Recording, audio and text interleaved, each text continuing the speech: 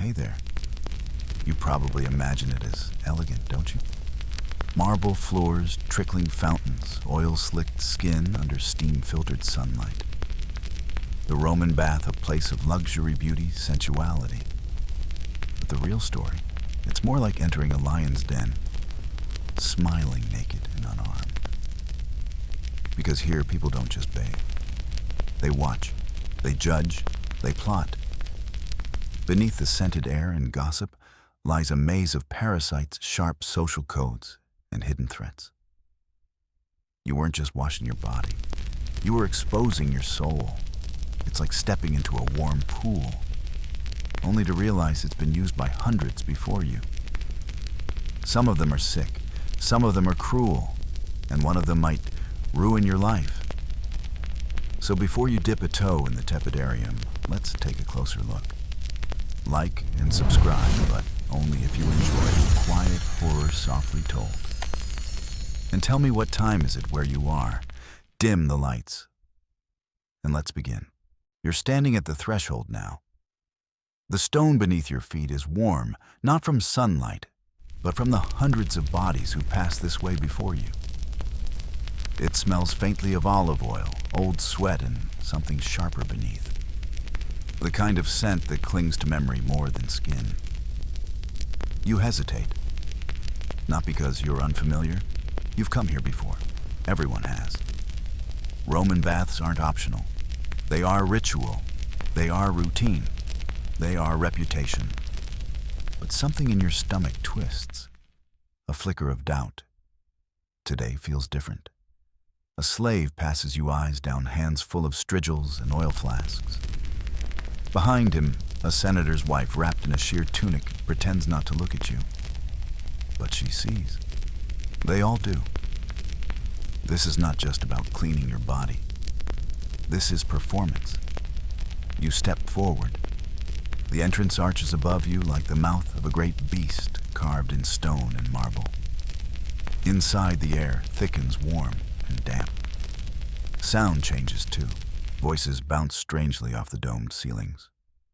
Whispers stretch. Footsteps echo too long. Everything feels slower here, and yet strangely fast. You follow the corridor toward the apoditerium, the changing room.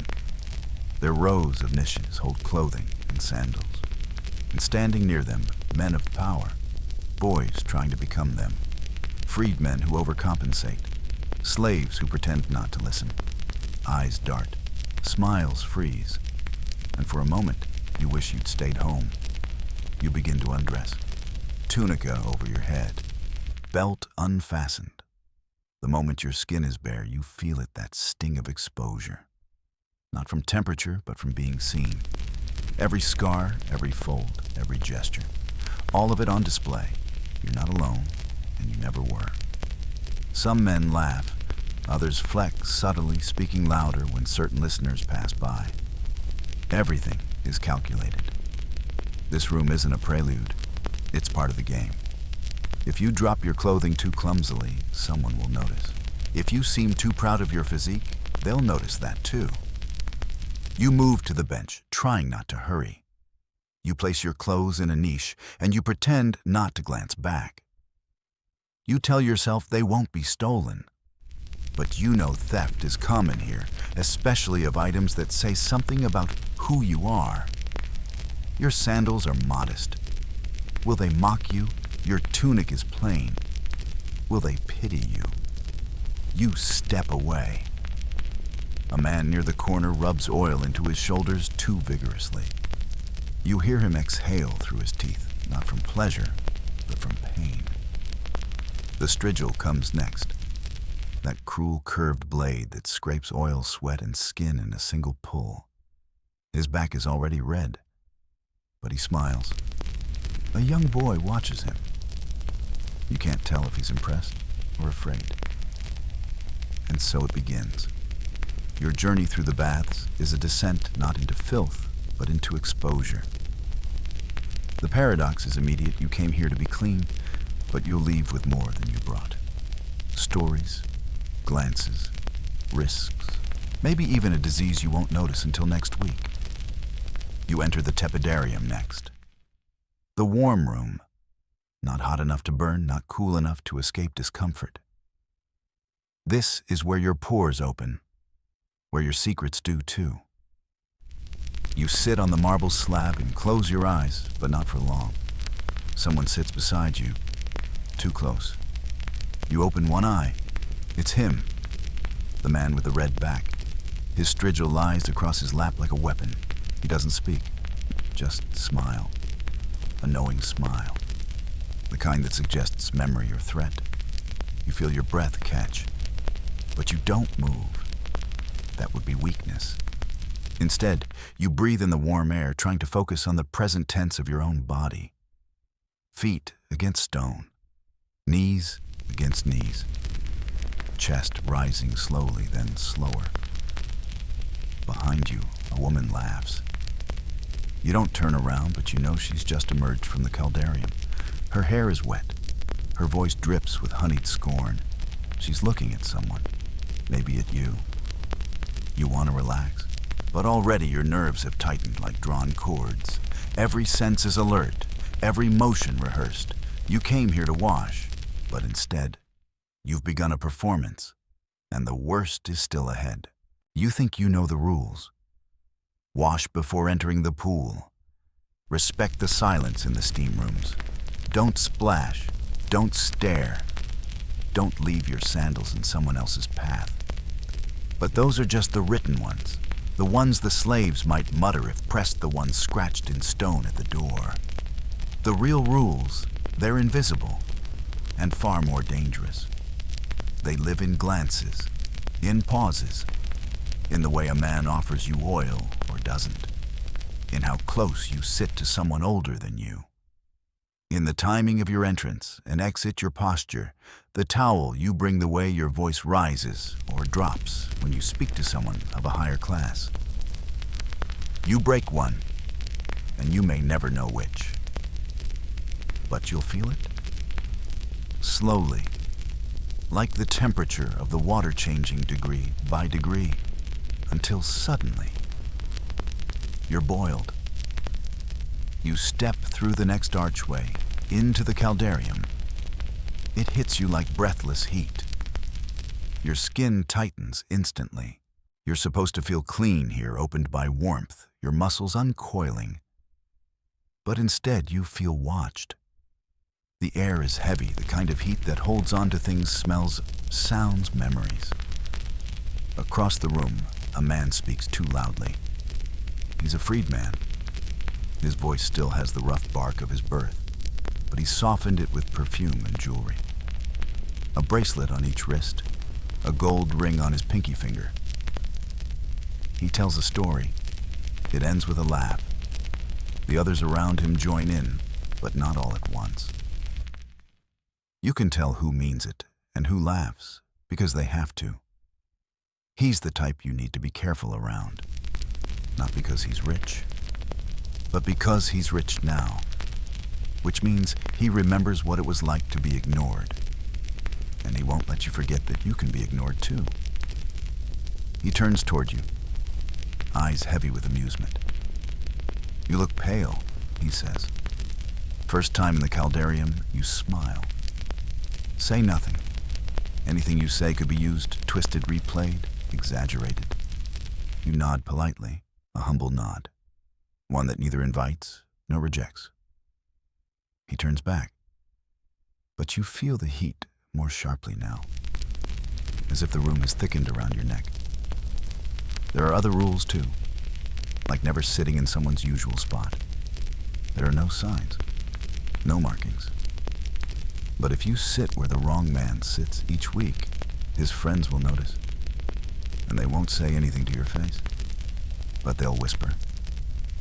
Or worse, they'll go quiet when you walk past. You learn fast here that silence is more dangerous than insults. It means you've been judged, measured, and found lacking. You lower yourself onto a bench, steam hissing from the floor beneath.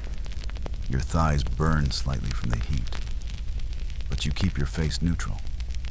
Don't wince. Never wince. That's another rule. Behind you, two older men are murmuring in Greek. They think no one understands. But you catch a few words. Too confident. Thin ankles. Must be from the provinces. You wonder if they're talking about you. You stare at the floor. The steam curls upward from the heating system beneath the hypocaust. A marvel of Roman engineering. And yet, it's also a trap. Fires burn underneath you right now. Not just warmth, but literal flame. One crack in the stone and a man could be scalded. It's happened before. You heard the story an accident, they said. But the victim had enemies. And the repair took months. No one asked why. You shift your weight subtly. From the far side of the room, a woman walks by. Draped in a robe too light to matter. Her sandals make no sound. She doesn't meet your eye. That too is a message. You're not important enough to acknowledge.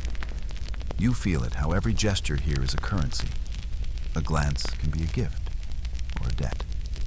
And once you owe someone attention, it's hard to repay it without interest. You spot a boy nearby, maybe 13, too young to be here alone.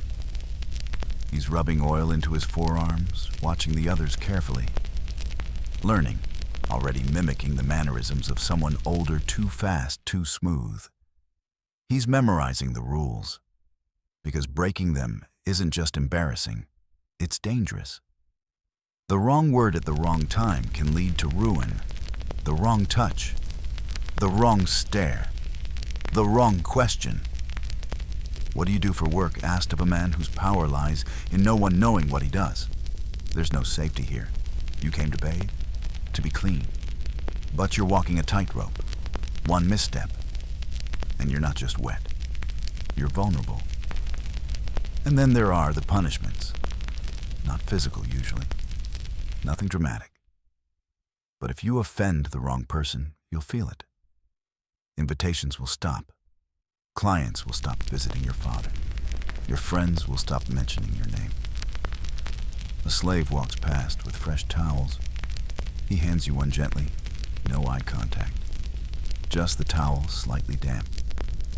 But you notice something. He gave you the plain one.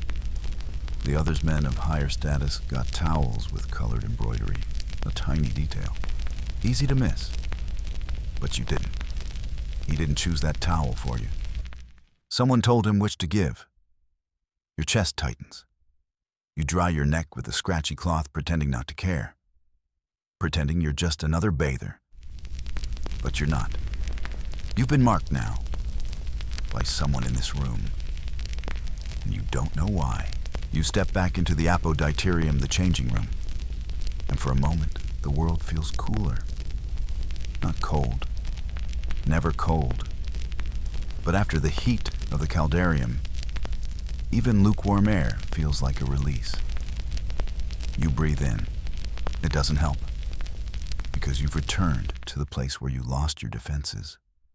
Where you folded away your identity with your clothes and tucked it into a niche you hope hasn't been touched. This isn't just a room with benches and lockers. This is a vault for your dignity, and anyone can pick the lock. Your skin is slick with oil. The scent clings to you, sweet and sharp. You're supposed to feel refreshed, rejuvenated, but instead you feel rubbed raw, not from the strigil, but from exposure. You glance toward your niche, still closed, still undisturbed, or so it seems.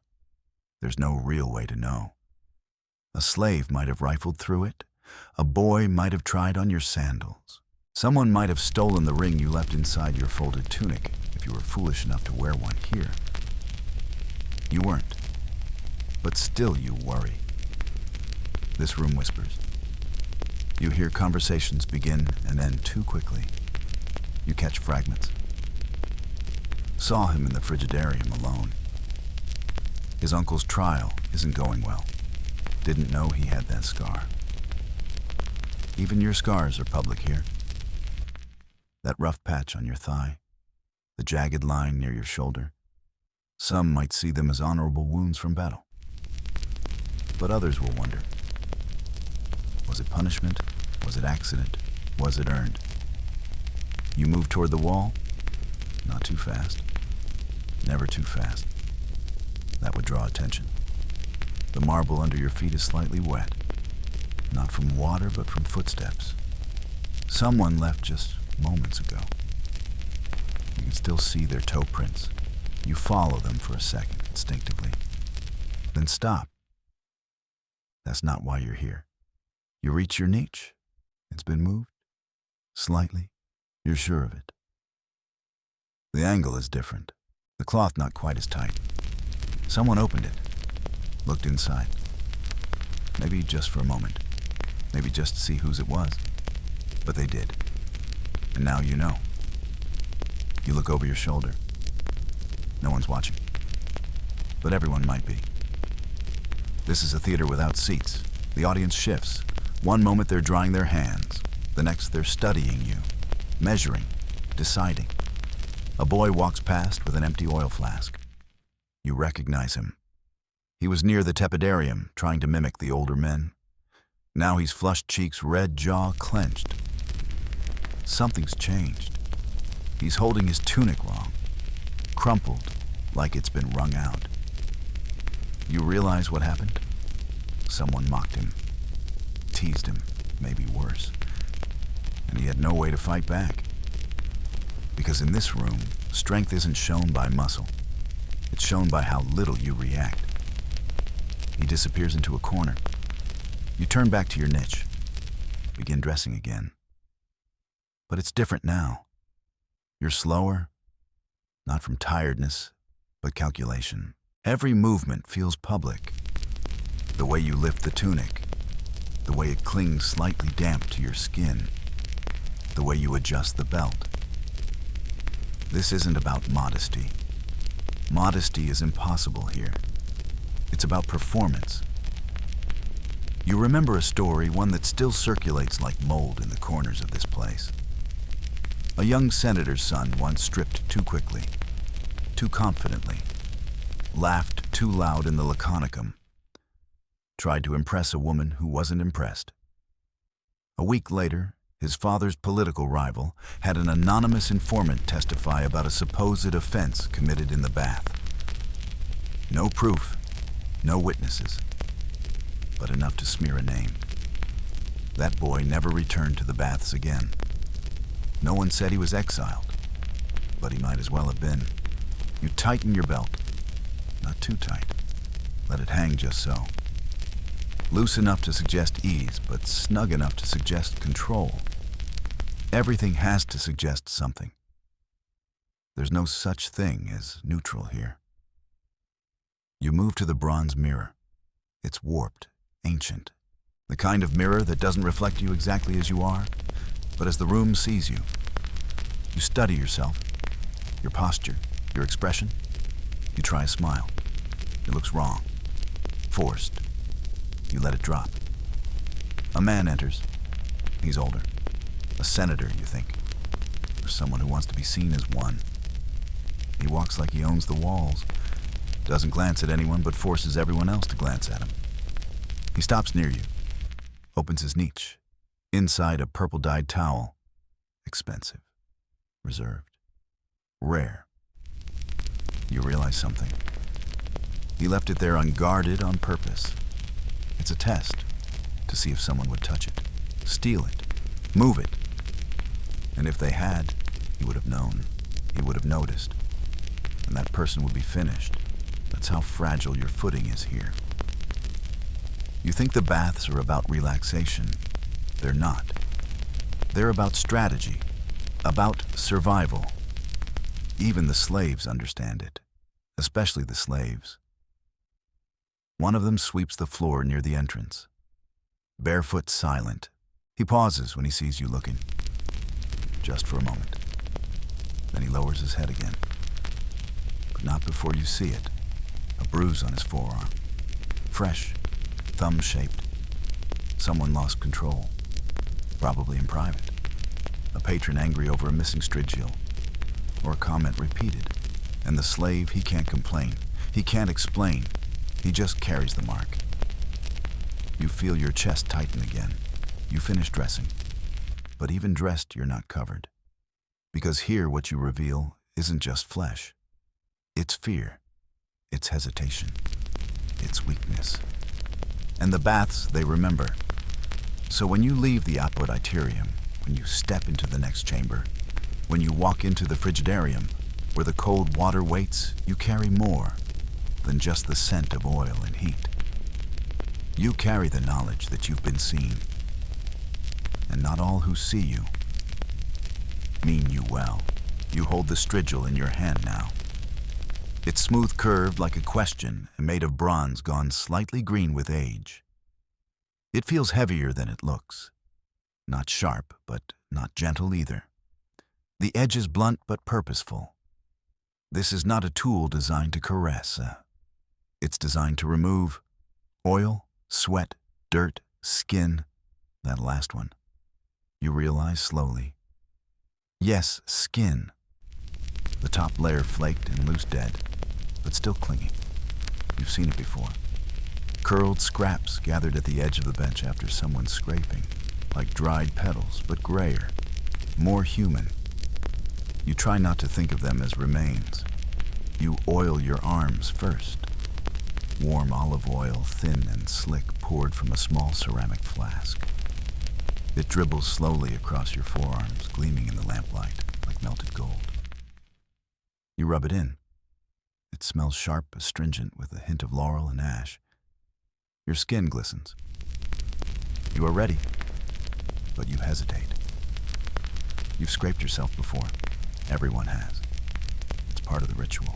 You oil, then you scrape. You cleanse. You emerge new. But this moment, this second before the first stroke, always brings a pause, because it hurts. Not enough to scream, but enough to matter. You draw the strigil across your arm. Slow. Firm. The curve follows your forearm, and as it slides, it gathers a line of gray-brown slurry. Oil sweat skin dust your body's discarded memory. It pools at the blade's edge. You flick it to the side onto the floor. It doesn't disappear. Nothing ever does here. You move to the other arm. A man nearby scrapes too. More aggressively. His skin is red already, his strokes fast and hard. You wonder if he's punishing himself, or proving something. Perhaps both. In the bathhouse, violence hides in ritual. The scrape isn't just hygiene. It's purification. It's control. It's performance. The more stoically you endure it, the more you signal your strength, not physical, but social. Look at me, the scrape says. I can strip myself bare and feel nothing. You kneel now. Rub oil into your thighs. The marble under your knees is cold. Not unpleasant, just surprising. You've grown used to warmth. The caldarium is still in your pores. But this stone, this is honest. It reminds you where you are. Naked, kneeling, alone in a crowd. You begin scraping your legs. The strigil pulls steadily. You feel a sting, a sharp breath. Not enough to break the rhythm, but just enough to feel real. Pain reminds you that you're not numb. Not yet. You glance sideways. A young man across the bench winces, barely. A twitch of the lip, a flicker in his brow. But someone notices. A group of 3 older, louder exchange glances. A subtle smile. A judgment passed. That's all it takes. He's marked now. The one who winced. The one who showed too much. You wonder if he knows. The strigil passes over your back next. You can't reach it yourself, not fully. So you call over a slave. A boy no older than 14. His hands are practiced. His eyes are empty. He's done this 1,000 times. He oils your back. His palms press just hard enough. He works in circles, not speaking. You don't speak either. To speak would be to acknowledge him too directly, and that could get him punished. Or you. He lifts the strigil. The first scrape across your spine makes you inhale sharply. Not pain, exactly, but intrusion. The feeling of something pulled from you. The sensation that whatever is being removed wasn't ready to leave. He continues. Long, slow strokes. The rhythm almost hypnotic. You close your eyes for a moment, imagining the oils and impurities sliding away. But then he hesitates. Just for a second. You open your eyes. He's staring at something on your back. You twist slightly. What is it, you ask, voice low? He shakes his head. Nothing, master. But it wasn't nothing. You felt it in the pause. Something on your back, a mole, a scar, a mark. Something that told him something, and now he knows. You want to ask? You don't. He finishes, scrapes down to your lower back, flicks, the strigil wipes the blade on a cloth. Steps back. You thank him. He bows steps away and disappears into the steam. But the sensation remains. Not on your skin, but inside. That someone saw something you couldn't see yourself and didn't tell you what it was. Another layer of exposure. You finish your own scraping. Chest, belly, feet. The arch of your foot is sensitive. You wince. Just slightly. You hope no one noticed. You gather the oil-stained cloth, wipe yourself clean. You stand. You feel polished. Not refreshed. Not lighter. Just emptied. Like a statue, freshly rubbed surface, gleaming hollowness intact. You sit for a moment longer. The stone is wet beneath you. You realize something, the water from the floor. It's not just condensation. It's runoff. Scraped oil. Sweat. Flakes of skin. Bits of everyone who came before you. You're not just sitting in your own residue. You're sitting in theirs. And no one talks about that. The great illusion of cleanliness in Rome was never about purity. It was about transformation, the performance of hygiene, the appearance of control, the smell of laurel oil over something darker. You wonder, when you leave this room, will anyone know who you were before? Or will they only see what the strigil left behind? You step into the tepidarium again, but now your skin stings faintly from the scrape. Every drop of moisture in the air finds a tiny nick, a shallow welt, a place where your surface has been flayed and made vulnerable. The warmth should soothe. Instead, it settles in like an unwelcome guest. The light in this room is different. It filters down through high slits in the stone, casting pale gold shapes onto the damp floor. The steam blurs everything, turning faces into shadows, expressions into suggestion. You are no longer simply bathing. You are being observed. No one says it aloud. No one needs to. The tepidarium is the social chamber, the theater between cleansing and display. It is where you linger, poised somewhere between rawness and readiness. It is where eyes sharpen behind the veil of heat. You see them now. Men leaning on marble benches, women reclining on raised platforms, their voices low, their glances swift. Every movement here is a message.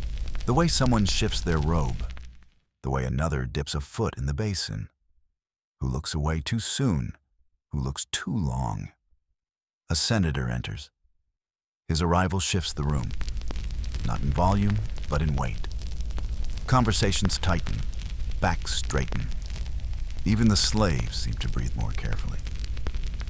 He walks with ease, but not laziness. His eyes scan slowly like a merchant appraising goods. You are not sure if he sees you, but you feel seen. That's worse. You slip into the shallow pool at the center. The water is lukewarm, almost neutral. The temperature of breath. It ripples softly around you.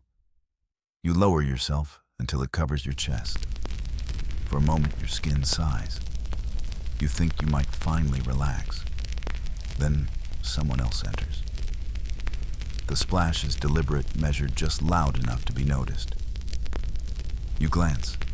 It's him, the man from earlier, the one who smiled with too many teeth during the strigil. His presence disturbs the surface of the pool and the calm of your mind. He slides in beside you, not close enough to touch, but close enough to claim space.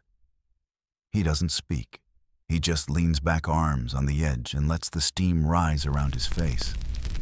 His eyes half closed, but they're still watching the way you hold your posture, watching the breath you just held a little too long. He's testing you, because this room, this water, this silence, it's a test. Elsewhere in the baths, strength is shown in muscle or in wealth or in scars. But here it's shown in poise, in how you react or how you don't. You look away toward the mosaic. It's a scene of Poseidon horses rising from the wave's sea foam, curling around their hooves. The tiles shimmer faintly in the mist. But even the art feels like it's watching you. Like every eye in the room has found you again. Two women near the wall are whispering. Their voices carry too well through the steam. He's back already, after the trial. Must think he's safe. You're not sure who they mean. Maybe the senator. Maybe the man beside you. Maybe you. You slide deeper into the water, submerging your shoulders. The warmth encircles you, clings to you like a second skin. But it doesn't comfort. It traps. You feel as if you've stepped into a soup of intention. Everyone here has one. Some want to be seen, others want to disappear. You just want to leave. But leaving too early implies something. Discomfort, disapproval, fear. And so you stay. Nearby, a group of young men apprentices perhaps are discussing philosophy in low performative tones. One quotes Seneca. Another laughs too loudly. None of them care about the Stoics. They care who hears them caring.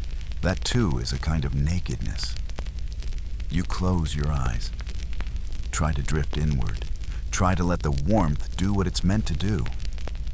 But even here in the stillness, your thoughts circle back to the coldness of the eyes around you. You remember a story. A man once insulted a general quietly, privately, here in the tepidarium. Weeks later, he slipped in the frigidarium and broke his neck. They said it was an accident. Everyone said so. Loudly, too loudly. You open your eyes. The man beside you is gone. You didn't hear him leave, but now someone else is looking at you. A young woman across the water. Her face unreadable, her gaze steady. She doesn't look away when you meet her eyes. She holds the moment too long, then she smiles, faintly, and turns away. You feel it again, that crawling tension beneath your skin, not from fear, from uncertainty. What did she see? What did she decide? Because that's what this room does. It isn't here to relax you. It's here to reveal you. The steam clears just enough for you to see the archway across the room. The exit, not yet. You breathe in. The air is thicker now, smelling of wet stone and laurel oil and heat, left too long in the lungs. You close your eyes again, just for a breath. And when you open them, everything is watching. The water looks clean. That's the first lie. It ripples gently as you move through it, reflecting marble and mosaic, catching the shimmer of oil from 1,000 shoulders before yours. You tell yourself it's clear, that the warmth comes from well-tended hypocausts and not from the heat of other bodies, that the steam is pure.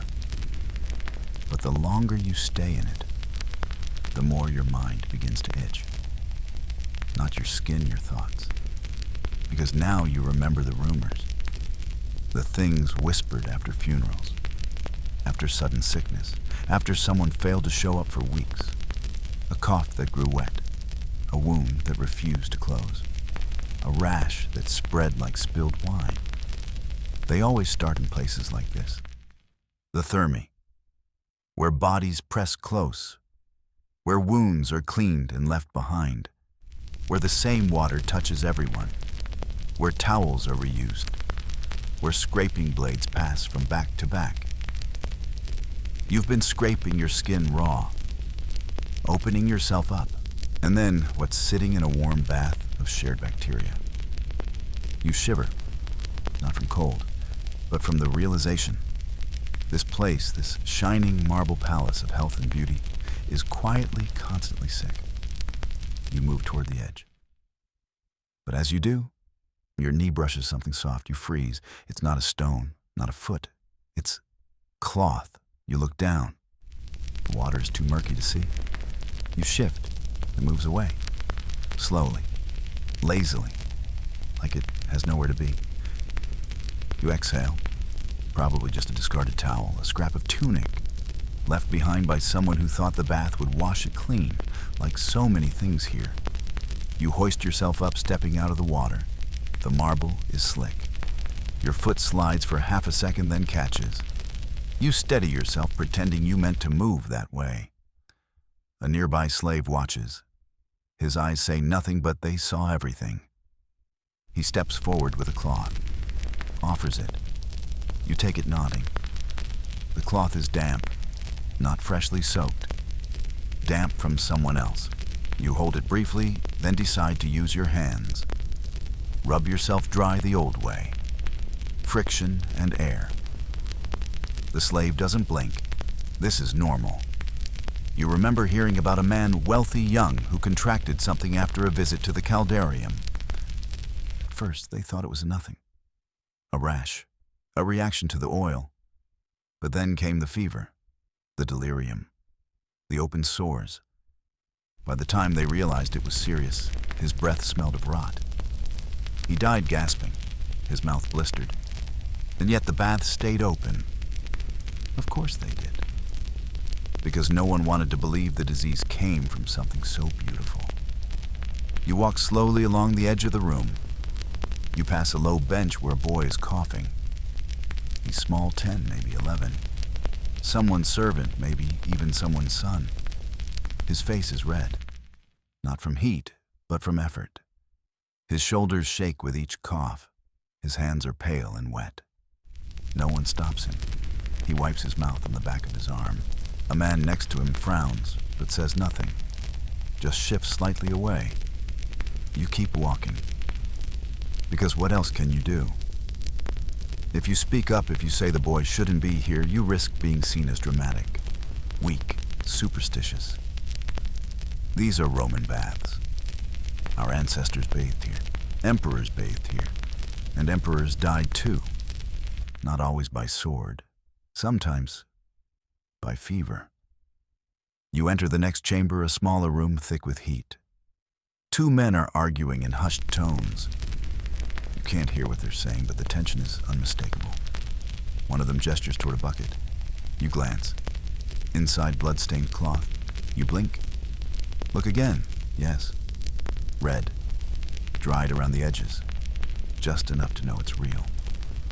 You move past. No one stops you. No one mentions it. It's easier that way. Because if you start asking questions, where did that come from? Who bled? Was it safe? You open the door to fear. And fear is contagious. More so than disease even. Rome doesn't tolerate fear in public. It's not that people don't know. They know. But knowing too loudly is dangerous. So you pretend. You re-enter the apoditerium this time, to fetch something you left an amulet tucked in the hem of your belt. You reach for it now, not because you believe it will protect you, but because belief is the only clean thing left. A man near the wall sneezes, loud wet. No one blesses him. He wipes his nose with the back of his hand, looks down, walks out. His footprints leave a trail on the marble, darker, slower to evaporate. You grip the amulet. It's a small carved stone, nothing special. But it reminds you of your mother. She said it came from Etruscan hands, that it had power. You hold it now because power feels very far away. You step into the frigidarium, the cold bath, not to bathe, just to stand. to feel the chill bite your skin. It's the only part of the baths that still feels honest. Cold doesn't lie. Cold doesn't pretend to soothe you while softening your defenses. You lower yourself in, and for a moment, you feel safe. Not clean, not healed, but closed again. As if the cold is sealing your skin back together. As if it's telling the microbes and viruses and whispers to go find someone else. You let yourself float, just slightly. Then you hear it, a child somewhere down the corridor vomiting. It echoes off the stone, and the water no longer feels so pure. You step out, drip onto the floor, and walk forward toward the next chamber. Because what else can you do? This is Rome. And Rome does not pause for infection. You stand now at the edge of the Laconicum. The air is still but heavy, thick.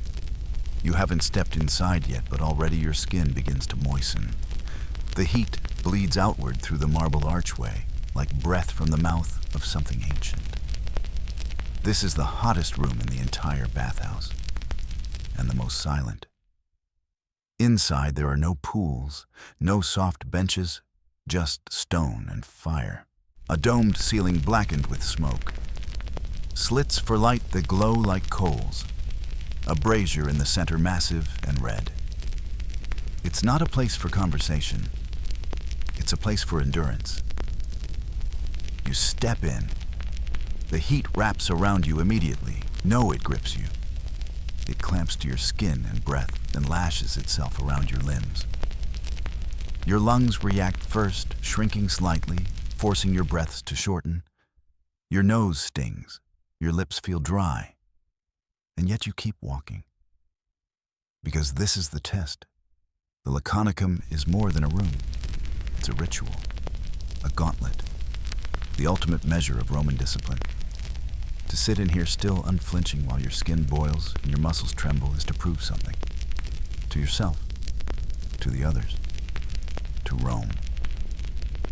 You find a place on the outer ledge. Not too close to the brazier rookie mistake, but not too far either. You've come far enough into the heat that no one can accuse you of cowardice. Your legs fold beneath you, slowly, deliberately. The stone beneath is hot, not burning, but close. Close enough to test your resolve. You try not to wince. Across the chamber, another man sits already. He's older, dark hair tied back. His chest glistens with sweat. He doesn't look at you, but you feel his awareness. He's been here longer than you. You can tell by the way his skin shines, the way his hands stay perfectly still. He's used to this. Maybe thrives in it. Your own sweat begins to rise now. It starts along your spine, then your brow, your shins. It tickles as it rolls down, cuts tiny trails through the oil and scraped skin. You resist the urge to wipe your face. That's part of the test too. Do not fidget. Do not squirm. The fire in the center crackles softly. The brazier is fed from below through an opening in the floor that leads to the hypocaust. You wonder how often the slaves crawl through those narrow spaces, bare-chested, soot-faced, just to stoke the flames. You wonder if one of them is directly beneath you right now, feeding your trial. You count your breaths, in through the nose, out through the mouth. Shallow, steady. You feel the heat behind your eyes. The lids begin to sting. You fight the urge to close them too long, afraid you'll lose the rhythm of your focus. The man across the room shifts, just slightly. It shouldn't matter, but it does. Because if he moved, then maybe it's acceptable. But maybe it was a trap. Maybe he moved so he could see who would follow. You don't move. You remain perfectly still. A droplet of sweat falls from your chin to your chest. It stings strangely, like it's pulling something out of you. Maybe it is. Maybe that's the real point. The Laconicum doesn't just purge the body. It peels the ego. It leaves behind something smaller but cleaner or emptier. Your hearing shifts. There's a moment in great heat when your ears seem to seal themselves. Like you're underwater, like the world muffles. You hear your heartbeat, your breath, the soft hiss of fire. And then you hear a cough. Short, harsh, from someone new who's just entered. You don't look, but you feel it. The room notices. That cough won't be forgotten. Maybe he was unwell. Maybe the heat triggered something. Maybe he was foolish to come in here at all. A new person, a weaker person. You can practically hear the judgment forming in everyone else's minds. He shouldn't be here. You remember your father telling you once the hot room separates men from statues? A statue sweats nothing. A man must sweat everything he hides. You didn't understand it then. You do now. Sweat covers you. It's not glamorous, not clean. It feels like it weighs more than your body. It clings to your ribs, pools beneath your thighs, drips from your scalp into your ear. But you stay, because leaving too soon is worse than any heat. You think about the senator who once collapsed here, not from heat stroke, from pride.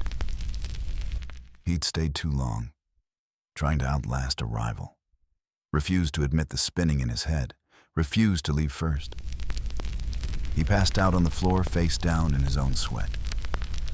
They carried him out silent. No one laughed, not openly, but he was never seen in this bath again. You feel a sharp pulse behind your temples now. Your limit is near. You stand, slowly. Every muscle screams, not in pain, but in protest, like they've grown used to the heat and resent the return to movement. You walk carefully, not too fast. That would imply weakness, but not too slow. That would seem performative. You reach the doorway, cross the threshold.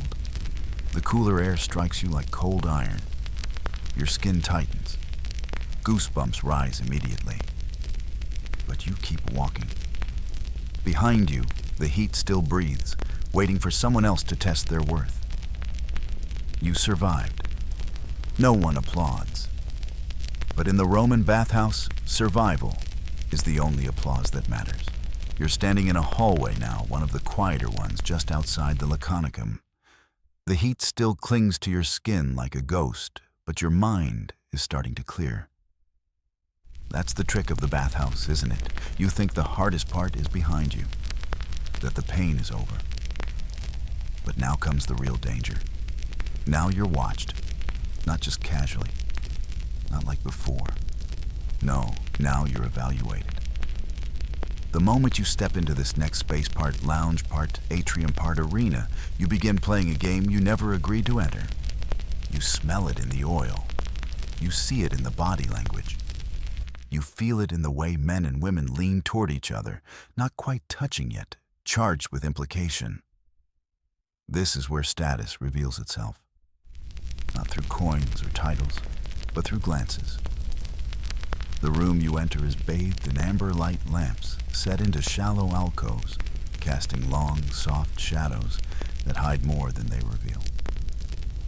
A few bodies linger reclined like painted gods on low marble couches, some draped in thin linen, some in less. This isn't an orgy. That would be honest. This is worse. This is performance of intimacy, of freedom of power. You glance across the space and see a woman adjusting the pins in her hair. She's older, elegant, barely clothed. Her expression is neutral, but her eyes track movement like a falcon. She sees you. She sees everyone. Near her is a man thin-tanned, wrapped in nothing but a towel. He leans in close to whisper something. She doesn't laugh, but her lips curve and the whole room reads it as permission. You sit cautiously on the edge of a bench. Not too central, not too distant. A safe position, you hope. Someone beside you offers oil. You accept. You must. Refusing an offering here is impolite at best, insulting at worst. You pour a little into your palm. The scent is stronger than before. Myrrh, cinnamon, something musky. It stings the inside of your nose.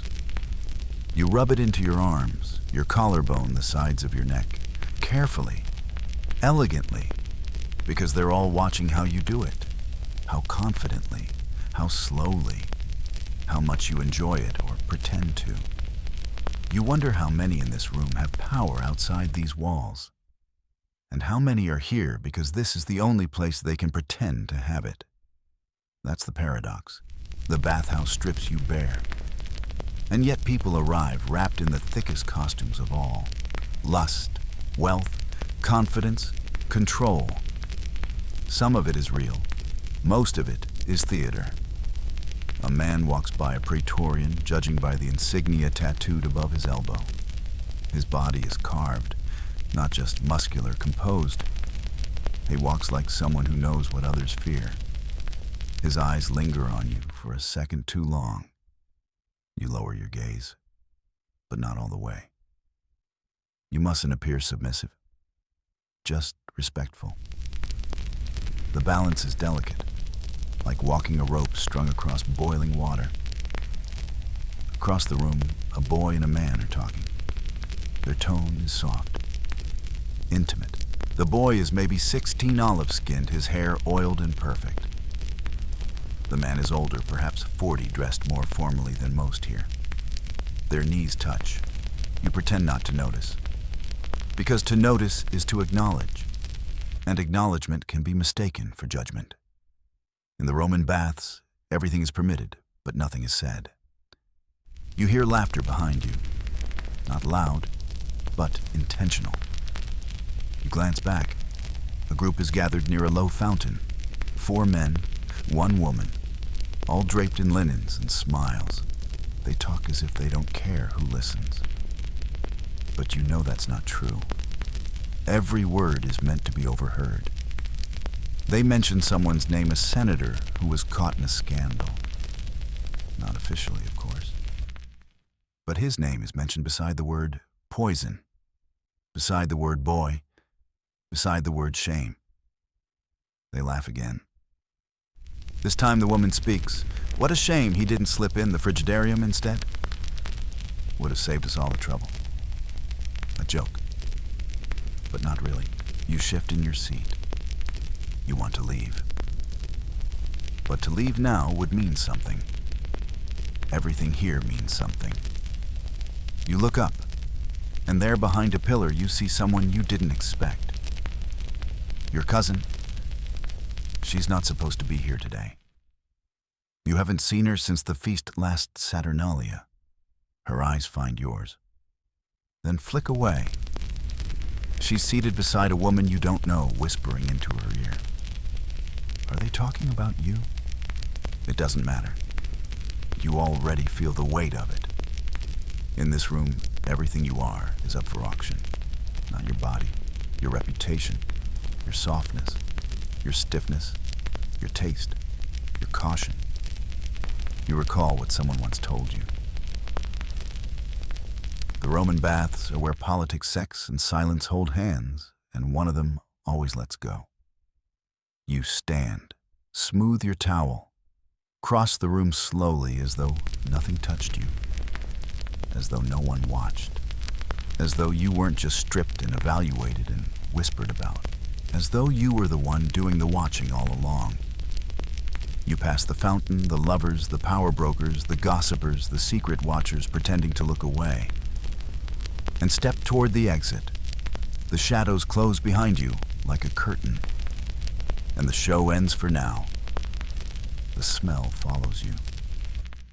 Not unpleasant, at least not at first.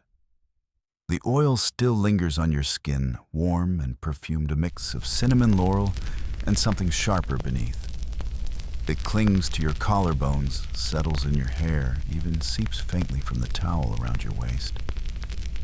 You smell like Rome, or at least the version of Rome that people want to be near. Polished, slick, golden, but oils don't come cheap, not the ones you're wearing. And the more expensive they smell, the more invisible their price becomes. You walk down a narrow corridor now lined with flickering oil lamps.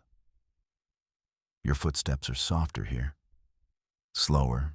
You're in the transition zone, leaving the social core, approaching the quieter alcoves, where servants wait, where towels are laundered, where oils are measured and rationed with the care of currency. You pass a low archway. Inside, rows of small amphorae, their necks sealed with wax, their sides labeled in faint ink. Each contains a different oil-basic olive, scented with lavender resinous blends from Egypt, thick salves from the East. A slave kneels before them, portioning doses into shallow clay bowls. He works in silence, his fingers stained a permanent yellow from the ingredients. He doesn't look up when you pause at the doorway. This is where the beauty begins, where the bodies wear it. You think of the oil on your own skin now. Where did it come from? Who pressed the olives? Who scraped the resin from tree bark in the hills? Who boiled the rose petals in the sun for 3 days, only to extract a thimbleful of scent? Not citizens, not the men lounging in the steam room. People like him, the boy before you, bent, barefoot, mute with obedience. You leave the doorway and keep walking. The corridors twist now, briefly leading you toward a smaller chamber. You pass a group of men, one of them young, still damp from the frigidarium. His chest is slick with a glistening oil you know too well. Myrrh and wine vinegar. A potent blend. Rare. Expensive. A scent used by politicians when they want to remind everyone they're not just powerful, they're sacred. You wonder if the boy knows what he's wearing, or if someone applied it to him. A gift, a message. You step into the quiet room at the end of the hall. It's warm here, but not stifling. A rest stop for those in between. Pillowed benches, low tables, small glass vessels line the shelves. More oil, always more oil. Oils for the joints, oils for wounds, oils to scent the breath, hide the mouth, soothe the eyes. You sit, breathe in, and realize you can't remember what you smell like anymore. Not under it all, not beneath the layers. You're wearing the identity of everyone who's touched you. The slave who scraped your back, the merchant who sold the bottle, the politician who gave the order, the boy who spilled a drop on the bench before you sat. Even the scent is a form of surveillance. You catch a whiff of clove sharp sudden. That one means something. Clove is an oil of seduction, yeah, but also preservation. They use it to mask rot, to clean wounds that won't heal, to perfume bodies that are nearly dead. You think of the man who coughed in the tepidarium, the one with the red towel. He smelled like cloves, too. You close your eyes, not to sleep, just to imagine air that doesn't carry a message, that doesn't soak into your skin like ink on papyrus. But the oil is still there. It doesn't come off easily.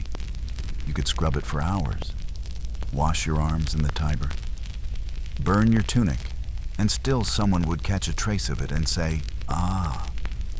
You've been to the baths. You shift. Something sticks slightly beneath your thigh. You reach down, pull back your towel, a patch of redness. Small, raised, stinging, from the strigil, from the oil. From something in the water, you press a finger to it. It burns. A small, sharp circle of irritation. Invisible an hour ago. Loud now.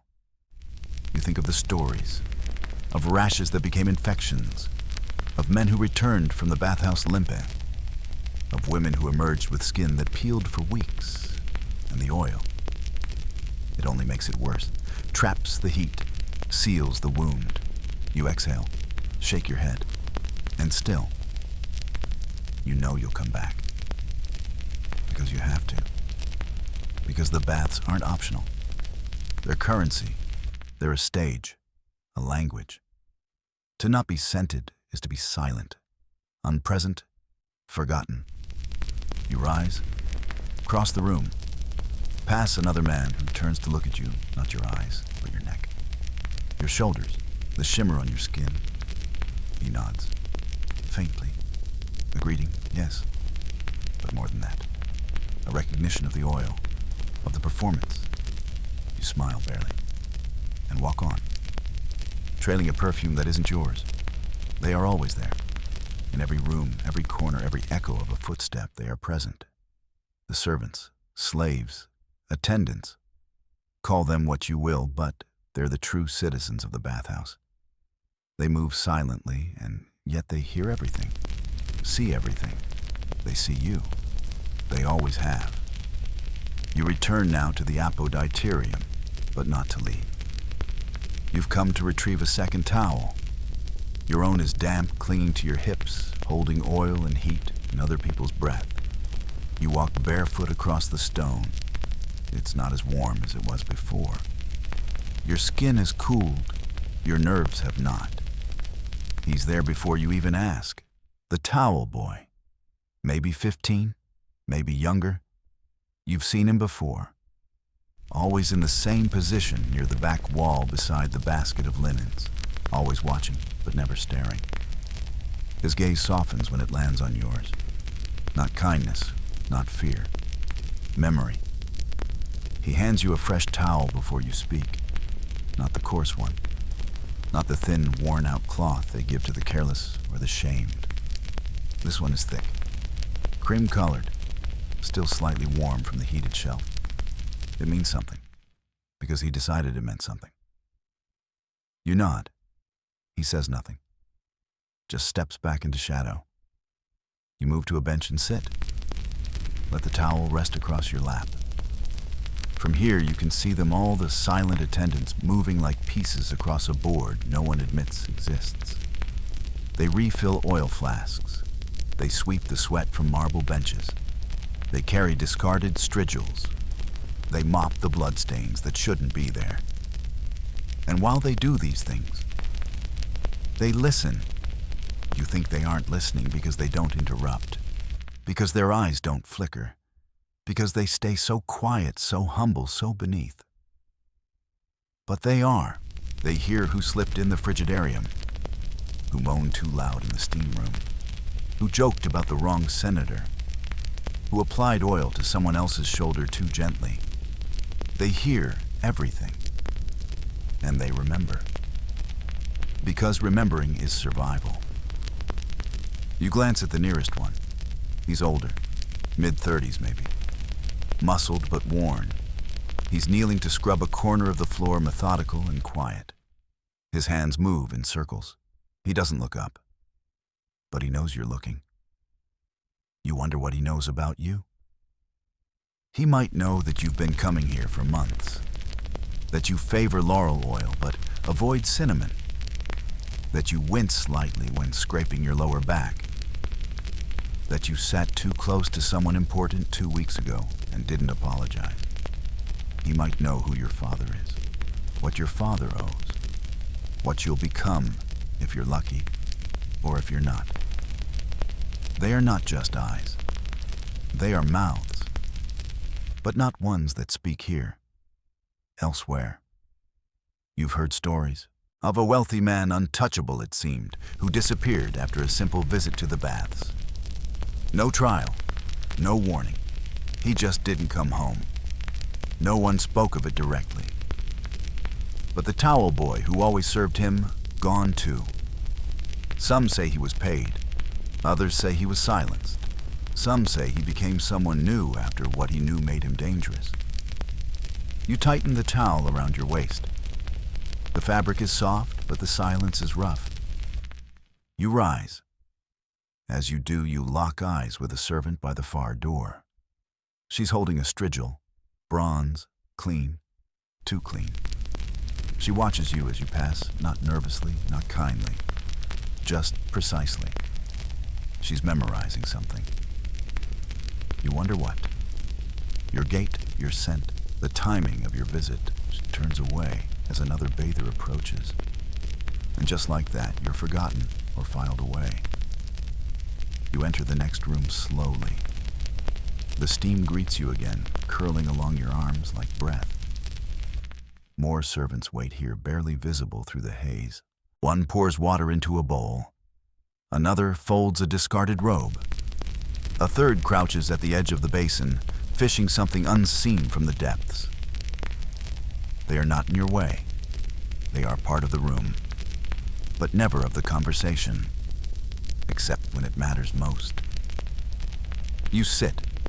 A servant approaches with oil. You don't recognize him. He's new, young, freshly shaved, hands trembling slightly. He pours the oil too quickly. A bit spills on your knee. You look up. He freezes, just for a moment, then bows, steps back, vanishes. But that moment, everyone saw it. They saw you being served poorly. They saw your stillness, your lack of outrage.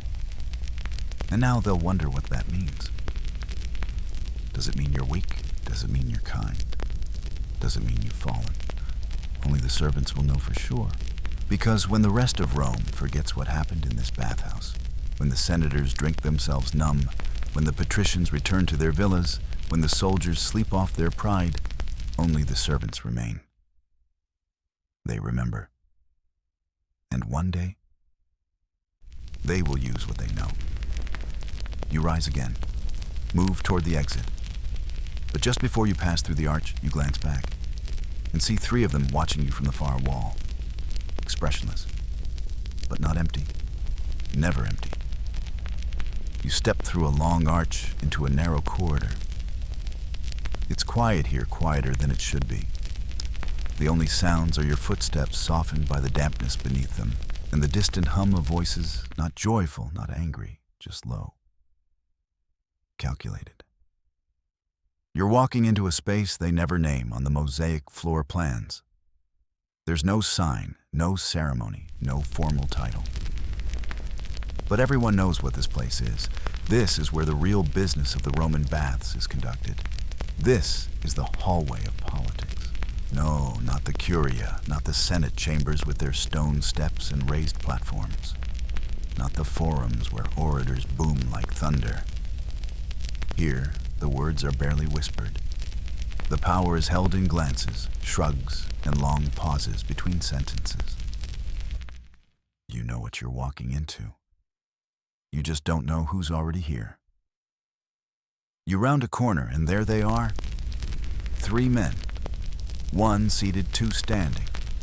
The seated man is older, his hair slicked back with oil and sweat. He holds a small towel in one hand, like a scroll, tapping it lightly against his thigh. The 2 standing figures lean close to him, speaking in murmur. You recognize one of them, the tribune's aide. He nods at you just barely. Enough to acknowledge you exist.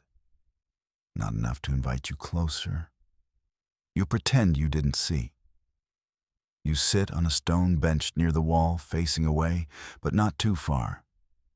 Just enough to hear enough. He's lost favor.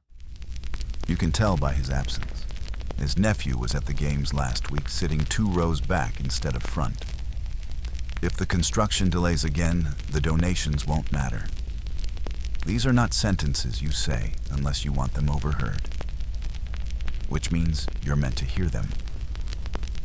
And so you do. You keep your face blank, your breath slow. You scratch your knee. All the things a man does when he's relaxing, not listening. But your ears are open. Politics here isn't like a dagger. It's like steam. It surrounds you, creeps in, lingers on your skin. You don't always realize you're part of it until it's too late. 2 more men enter. 1 is laughing too loud. It's forced and everyone knows it. He's pretending not to notice who else is in the corridor. That's a bad sign. Either he's new or desperate. The seated man doesn't rise, doesn't even glance at him, just says you're late. The laughter dies immediately. There's a pause. I came as quickly as I could, the man says. No one asked how fast, the older one replies. We asked when. It's not a conversation. It's a warning. You've seen this happen before. A client makes a mistake too loud, too eager, too visible. And suddenly they find their letters unanswered, their loans delayed, their name misspelled in an invitation list. To be forgotten in Rome is more lethal than to be hated. You shift slightly. Someone across the corridor mirrors your motion, a woman this time, wrapped in a wet robe. Her hair hangs in slick curls. She's younger than most here, but the look in her eye is seasoned. She watches everything. You recognize her face vaguely. Daughter of someone important, niece of someone dangerous. She holds a small cup of water in her lap and pretends to sip, but she's not drinking. She's listening. And people let her, because she doesn't interrupt, doesn't engage. But what she knows, it travels. Her name is never in the acta, but her words are everywhere. You glance at her only briefly. She catches your look and smiles. Not warmly, just knowingly. That's enough to unsettle you. A servant passes, carries a folded robe to someone in the corner. The robe is white, plain, unmarked. But in this room, even the plainness of a robe can be a message. You hear one of the standing men say, "He wore purple yesterday." A pause. Purple without approval, or perhaps with approval. They say nothing more. The silence confirms what the sentence couldn't. A political shift has occurred, and no one will speak of it out loud. But everyone will act accordingly. You remember something your uncle once said: the baths are where allegiances are formed without ink, without oaths, without mercy. You didn't believe him then. You do now. Because no one here is just relaxing. They're arranging things. The seating at the next feast. The vote in next month's assembly. The funding for the new aqueduct. The removal of someone problematic by scandal, by exile, by suggestion. And no one will ever say it happened here, because nothing ever officially happens here. You stand, not suddenly, not nervously, just enough to suggest that your presence was temporary, that you were never listening, that you're not part of what just passed between towel and glances and the smell of eucalyptus. You walk past the woman with the cup. She doesn't move. But as you pass, she says softly, without looking at you, "Be careful who oils your back." You don't turn. You don't reply. You just keep walking. Because in this bathhouse, you never know whose words are safe, or whose hands are already on your shoulders. You thought leaving would feel like release. But the moment you approach the outer corridor, the one that leads back toward the exit, you feel something tighten in your chest. Not pain, not fear, just restraint. Like your body knows something your mind hasn't admitted yet. You aren't done. Because no one leaves the Roman bathhouse clean. Not really. Not with their dignity untouched, not with their reputation unchanged, not with their secrets still secret. You pass a group of men standing near the drying wall, long slats of heated stone meant for final warming. They lean on it like vultures on a perch, watching each new bather step forward. Still wet, still exposed. Their smiles aren't cruel, but they're sharp. You hear one of them whisper, "Let's see how the young one handles it." You don't know who he's talking about. You don't need to. It's always someone's turn to be tested. You enter the exit chamber. That's not its name, but it fits. This is where bathers linger just before they return to the street. Where the last eyes examine the last gestures. The final towels are distributed. The last impressions made. A boy stands here, maybe 12, holding a stack of folded linens. He looks at you uncertain. You step forward. He hesitates just slightly, then hands you a towel. It's small, rough, meant for someone lesser. You pause. He realizes the mistake. Another servant rushes forward, takes it back, replaces it with a thicker one. Better, more appropriate. The damage is done. 3 people saw the moment. One of them smirked. One of them looked away. One of them locked it in their memory for later use.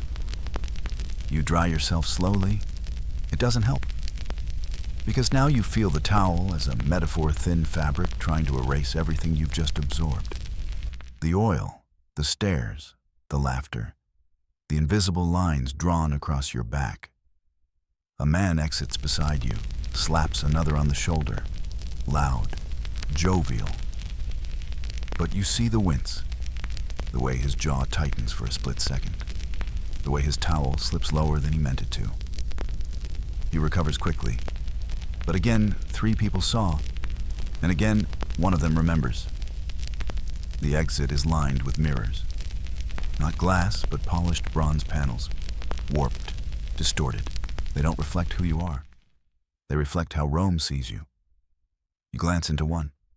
You look tired, flushed from heat, shiny from oil. The scar on your collarbone more visible now. You could tuck the towel differently, hide it, but no too obvious. Let it show, like you forgot. You didn't forget. You never forget what the bathhouse exposes. Behind you, someone stumbles. A boy, maybe 16, thin, shaking slightly. His towel slips. Someone laughs. Just one burst, short, cruel. He tries to recover, but too late. The memory has already been carved into the marble of this place. The bathhouse is not kind to its leavers, because the exit is not an ending. It's an evaluation. This is the moment when you're ranked. How well you endured, how gracefully you moved, who you spoke to, who you ignored, who ignored you. You step toward the threshold. A final basin of cold water waits there, small, ceremonial. You splash your hands into it, not because you need to, because it's expected. One last show of control, one last illusion of freshness. As you walk toward the outer doors, a servant calls out his voice, soft, practiced tunic, sir. You nod. He retrieves it from a recessed niche, folds it before handing it to you. You check it. You have to. Not for damage, for absence. You slide your fingers into the seam. The coin you left there is gone. Not the one in your belt, the hidden one. The marker, promised to someone, gone. You say nothing, but now you know. Someone reached into your tunic, took something, left the rest, a message. You dress, slowly, carefully, like nothing has changed. Outside, the sun has dropped lower, the shadows are longer. The sky is gold and gray. You walk across the threshold and pause. Behind you, the bathhouse exhales. The steam, the oil, the silence. It all slides back into place, as if you were never there. But it will remember you, and you'll remember this. You entered to wash. You left peeled. You don't usually think about what happens after you leave. Most don't. Once the towel is folded, once the sandals are strapped, once you've stepped back into the glare and bustle of the Roman street, the bathhouse becomes a memory. A scented blur of heat and ritual. A place that fades behind you like steam from the caldarium. But it doesn't vanish. It changes. Because when night falls, the baths are not empty. Not truly, not ever. You return once long after the sun has set. Not as a bather, not as a guest, just passing by. You meant to go somewhere else, the market, a friend's house. But your feet brought you here, without asking. You stand now in the outer courtyard, staring at the darkened arches. No laughter, no echoes, no crowds, just faint lamplight, just wind curling through the empty halls. You feel like you shouldn't be here. You are not wrong. The baths at night belong to someone else. You step inside, not deeply, just enough to hear. The floors are still warm, not from the sun, from below. The hypocaust continues to breathe long after the bodies have gone. The fires never stop, not entirely. The flames are banked muted, but not dead, like the people who tend them. You walk softly now, and you hear it. A rustling, a clink, a muffled voice. They are not alone. The night shift has begun. Servants, slaves, launderers, workers with no names in public, no power in daylight, but here in darkness they become something else. They clean, they scrape. They gather the leavings of Rome's rich and rub them from the marble. They whisper to each other in low tones. They laugh softly, bitterly. They know the day's stories. Who slipped, who flirted, who shamed themselves. They know whose blood was left near the Strigil bench. They know which towel was stained. And sometimes they do more than clean. You pass an open chamber and see them now. 2 of them kneel near a basin. They aren't scrubbing, they're examining. A ring, small, dropped, forgotten, or left behind deliberately. They turn it between their fingers and muttering. You hear one say it's his. The other replies, then someone's in trouble, and then laughter. The soft kind. The kind that only exists when there are no masters left to scold. You move on further than you meant to. The air here is different now. Not scented, not perfumed, real. You can smell the mildew in the walls, smoke from the fires, the urine from the outer latrines. The honest breath of the bathhouse after the masks are taken off. You stop at a door. You've never opened this one before. It leads below. A servant once told you drunkenly that beneath the baths lies a maze of tunnels, storage, ash pits, drying rooms, and the fire passages where boys crawl on hands and knees with soot-blackened faces to feed the beast that warms Rome. You listen, and you hear a voice. Clearer now. It's a woman, singing. Just a few notes. A lullaby. You don't know the words. The language is older than yours.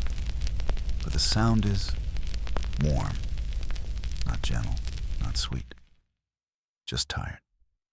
You step back. You shouldn't be here. This is the world beneath the world. The baths at night are not for you. Not for senators. Not for citizens. Not for anyone with something to lose. You walk back the way you came slower now. The shadows seem longer. And then ahead of you, a boy. He stands in the hallway barefoot holding a small oil lamp. He stares at you. Not afraid, not curious, just watching. Like you've stepped into his home. You nod awkwardly. He says nothing. Just turns. Walks away. You don't follow. You reach the exit and step into the night air again. Rome is quieter now. The street is lit by torches. A cart creaks in the distance. But inside the bathhouse, the world continues. The scraping, the folding, the remembering, the unspoken stories lifted from stone and whispered into darkness. And you realize the bathhouse doesn't close. It only sheds its skin. You've always believed the baths were safe. Danger belonged elsewhere in alleys, in battlefields, in the mouths of senators, and the blades of jealous lovers. The baths were sanctuary. Clean stone, warm light, ritual comfort. But Rome is never just what it appears to be. Even here in marble silence and steam-laced air, death waits. Not with a roar, but with a whisper. It starts perhaps with a crack in the floor. You hear it first from a friend's cousin, a soldier. He came to the baths to recover from a wound, sat too long in the caldarium on a bench warmed from below. He didn't notice the fissure in the marble, didn't feel the scalding air until it was too late. The floor beneath had shifted. A burst of pressurized heat escaped through a fault in the stone. Steam rose not gently, but violently. Skin bubbled. Screams echoed. He survived. Technically, but he never returned. You thought it was an isolated story. It wasn't. The hypocaust is a marvel. Rome brags of it like a crown jewel. Fire beneath your feet controlled, directed, tamed. But fire doesn't like being tamed. You walk now through a chamber lined with small hairline fractures. You've seen them before. Most people don't notice, but you do. You've watched the workers rub them with stone paste, patch them with ash and clay. You've heard the slaves joke when no one's listening that sometimes the floor growls. You thought they were exaggerating. Until the collapse. A section of the caldarium gave way in a villa across the Aventine. 3 men fell straight through, one into fire, the other 2 into boiling water from a ruptured pipe. They say one of them was a praetor. He had 2 sons. They never returned to the baths again. But it's not just the heat. There are other deaths here, quieter ones, intentional ones. You remember the story of an old merchant who died in the tepidarium, slumped against the wall. Everyone thought it was natural.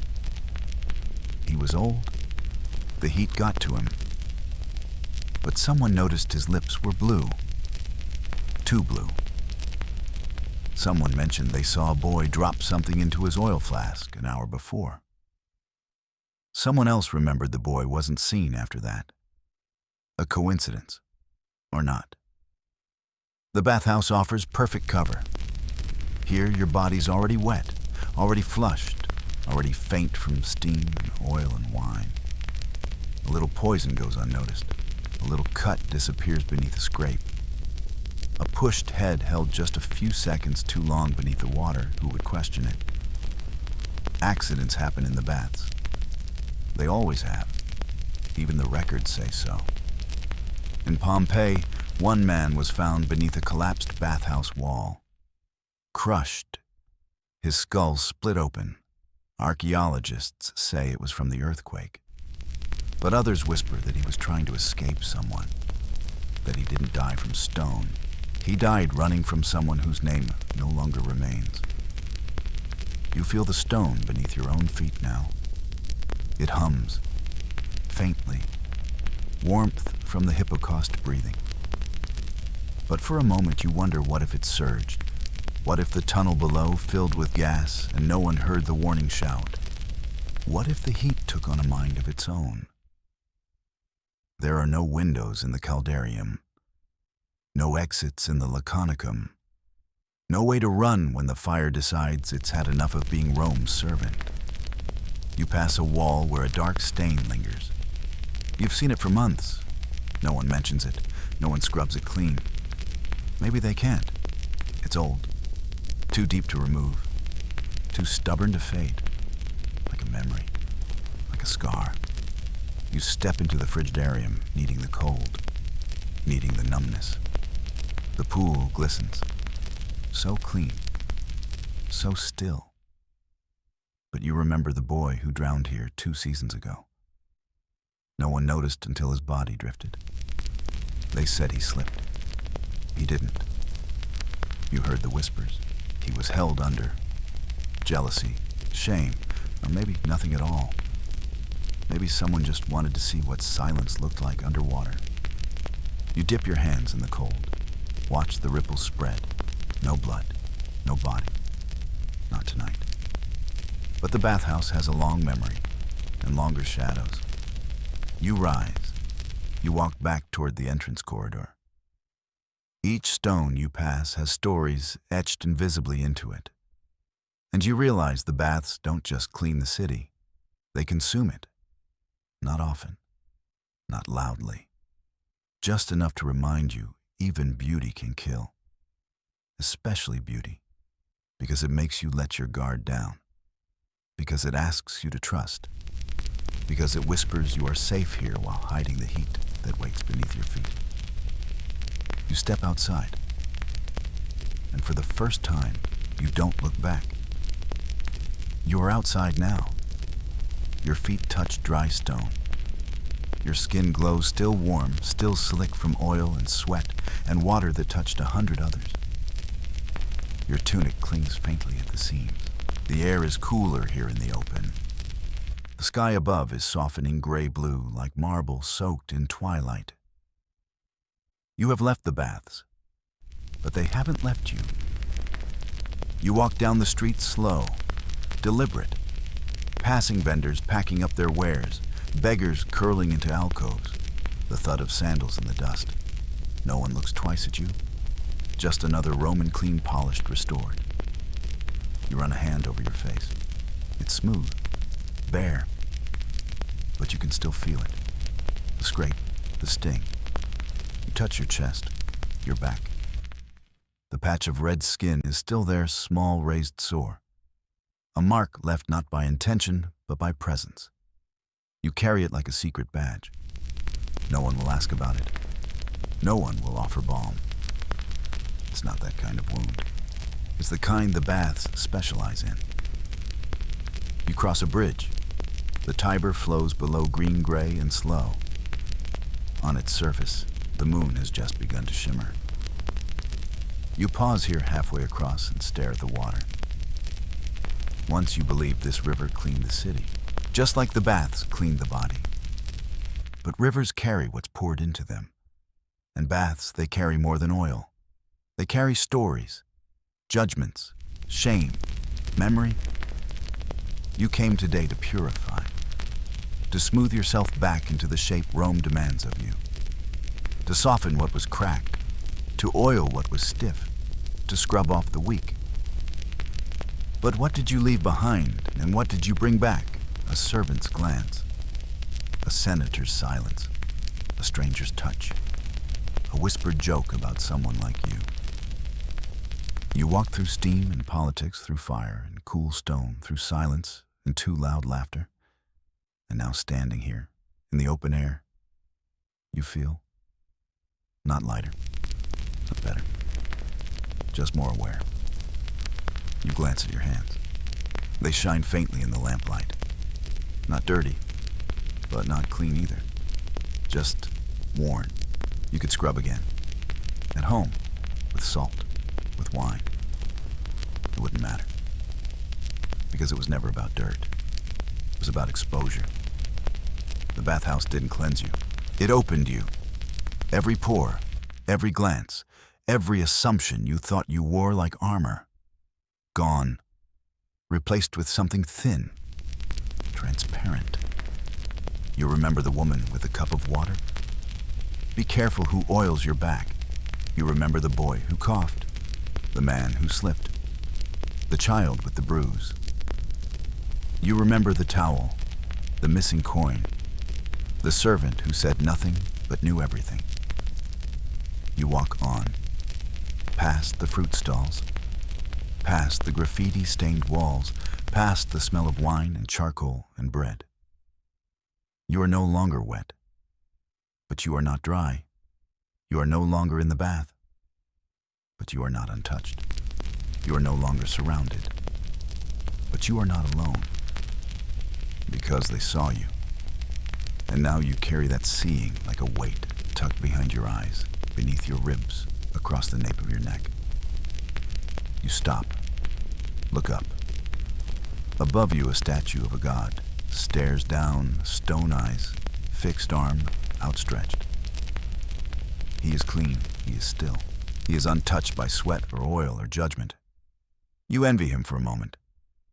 And then you remember even statues crumble, especially in Rome. You step forward.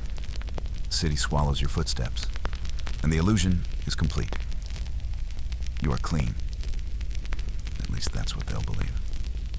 You know better. Gentle closure after the journey, so you made it through. The arches, the steam, the scrape of bronze against skin, the weight of eyes in the tepidarium, the silence of servants who saw too much. You walked barefoot through beauty, and beneath it found something colder. It's strange, isn't it, how a place meant to purify could feel so heavy, so sharp, so alive with hidden rules. You thought you were washing yourself clean. But the water was watching. The oil was listening. The stone remembered. And yet, you're here. You came out the other side, not untouched, but whole. Maybe a little quieter. Maybe a little wiser. Maybe you'll look differently at the next bath you take. Not in marble, not in Rome, but in the quiet warmth of your own home. You'll feel the water rise around you and wonder who else has carried this illusion of clean. How many have stood in that same warmth and thought themselves safe. The truth is being seen is never neutral. Not in Rome, not anywhere. But tonight, you're not in a bathhouse. You're not surrounded by whispers or politics or wet footprints. You're here, and it's quiet. So breathe. The marble is far away now. The oil has cooled. The echoes have faded. That was then. You're safe now. You think the worst part of the baths was the strigil, maybe, or the judging eyes, or the diseases beneath the surface. But there's something worse. There were days when the Roman bathhouse wasn't a place you chose to enter. It was where you were sent. You walk now through an older complex, smaller, not built for grandeur. No statues here, no mosaics of gods and dolphins, just stone, just silence, just the sound of your own sandals dragging. You are not alone. There's a man ahead barefoot, shirtless. His back is marked, not from the strigil, not from heat, from lashes. He's been whipped recently. You weren't told why. No one ever tells you why in places like this. You were sent here with him, as a message, or maybe as part of the same sentence. Punishment by heat. Punishment by humiliation. There's a rumor, a common one, that minor criminals were sometimes forced into the hottest chambers of the bathhouse not to cleanse, but to weaken, to break, to sweat out insolence, to burn pride into vapor. And now you're here. Your tunic was taken at the door. Your shoes, too. You wear nothing but a thin linen wrap, already damp, already useless. You enter the laconicum, but this time there's no polite nod. No soft towel, no oil. Only heat, dry, relentless. The soldier stands by the doorway, not guarding, observing. You sit beside the man with the lashes. He doesn't speak. His eyes are closed, but not peacefully. He leans slightly to one side, like his bones forgot how to hold him. You try to breathe slowly, but the heat fills your lungs like smoke. It's not the same heat from earlier today. This feels older, harsher, angry. You wipe your forehead. The soldier says, "Don't." Just one word. You lower your hand. This is not your bath. This is theirs. This is Rome's way of washing what it can't execute, of boiling defiance, of steaming shame into silence. Sometimes they bring adulterers here, sometimes political traitors, sometimes slaves who answered too quickly, too loudly, too truthfully. A rumor says that a woman once fainted in the steam, naked before 10 strangers. She woke up bound, gagged, her body rubbed raw by overzealous cleansing. She never spoke again. You begin to sweat now, not the sweat of health, but the sweat of helplessness. Your skin itches. The lashes on the man's back have started to open again. Slowly, a bead of blood slides down his spine and disappears into the cloth beneath him. You're not allowed to help. You're not allowed to speak. There's no oil here, no scrape, no scent, only heat and silence, and the knowledge that the bath, like all things Roman, is a tool, sometimes for pleasure, sometimes for power, and sometimes for pain. You remember someone whispering once, "If you really want to kill a man, don't use a sword. Let him bathe until he disappears." You're beginning to understand what that means. The soldier steps forward. 10 more minutes, he says. Not to you, to himself. You don't know if you'll last that long. Your body might. Your dignity won't. You close your eyes and wait. Not for relief, just for release. You didn't expect to be called back to the bath so soon. It's not the usual time. The lamps haven't been lit. The floors haven't been swept. The oil hasn't been uncorked. Everything is still. Hollow. Even the air seems to echo when you breathe. But you were summoned. Not to bathe. Not this time. You're here for a body. He died earlier today, an older man, a merchant, someone's uncle or husband or client.